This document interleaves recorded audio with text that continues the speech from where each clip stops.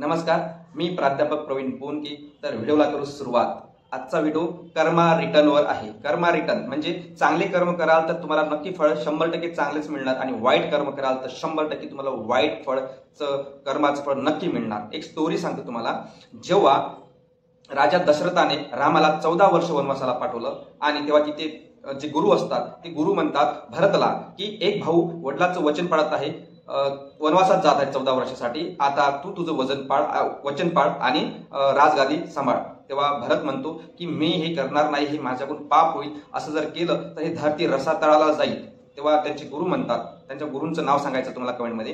गुरु म्हणतात की का जाणार, हिरण्यकश्यप सारख्या राक्षसामुळे गेली नाही, रावणासारख्या राक्षसामुळे गेली नाही, तर कसं जाणार आहे। तेव्हा ते बोललेत की माझ्यासारखा भाऊ जर हे पाप करेल ना तेव्हा धरती मातेला याचं खूप दुःख होईल, मी हे पाप करणार नाही। तुम्हाला माहिती आहे त्याच्यानंतर भरताने 14 वर्ष त्यांच्या पादुका ठेवून राज्य केलं। सांगायचं तात्पर्य एकच आहे मित्रांनो की जेवढे काही नैतिकतेने जेवढा काही तुम्हाला पैसा कमवायचा आहे, प्रॉपर्टी कमवायचा आहे, नातेसंबंध टिकवायचे आहे ना, तर नैतिकतेने कमवा, वाढवा। कारण अनैतिकतेने कमवलेला पैसा, प्रॉपर्टी किंवा कुठलंही नातं हे जास्त काळ टिकत नाही। नैतिकतेने पैसा कमवा, नाते कमवा, हे याचं जे तुम्हाला आनंद मिळणार आहे ना ते आयुष्यभर मिळणार आहे। एक स्टोरी सांगतो तुम्हाला चांगली। तुम्हाला माहित असेल अब्राहम लिंकन जगातला सर्वात श्रेष्ठ वकील सुद्धा होता आणि जगातल्या सुपर पॉवर देशाचा राष्ट्रपती सुद्धा होता। एका व्यक्तीने त्यांच्याकडे केस लढवण्यासाठी त्यांना दिली आणि त्यांनी मग अभ्यास केला अब्राहम लिंकननी। तर नंतर जेव्हा ते भेटतात एकमेकाला ते म्हणतात की तुमची केस ना प्रॅक्टिकली खूप स्ट्रॉंग आहे पण इथिकली वीक आहे। नो प्रॉब्लेम, प्रॅक्टिकली स्ट्रॉंग आहे पण इथिकली वीक आहे। जेव्हा मी कोर्टामध्ये तुमच्या बाजूने लढेल ना तेव्हा माझा आत्मा मला सपोर्ट करणार नाही आणि आत्मा म्हणेल की अब्राहम लिंकन तू खूप चुकीचं करत आहे, तू चुकीच्या व्यक्तीला सत्य खरं साबित करण्याचा प्रयत्न करणार आहे, त्यामुळे माझा आत्मा हे काम करण्यास परमिशन देत नाही आहे। तर ते केस लढत नाही। लक्षात घ्या, कितीतरी पैसा कमवू शकले असतात अब्राहम लिंकन, कारण त्यांनी वाईट मार्गाने किंवा असत्य मार्गाने, अनैतिक मार्गाने कधीच पैसा कमावला नाही, कारण त्यांना सुद्धा माहित असेल कर्माचा सिद्धांत। आता एक तुम्हाला स्टोरी ऐकली असेल की एक बगीचा असतो, त्या बगीच्यामध्ये फळं असतात।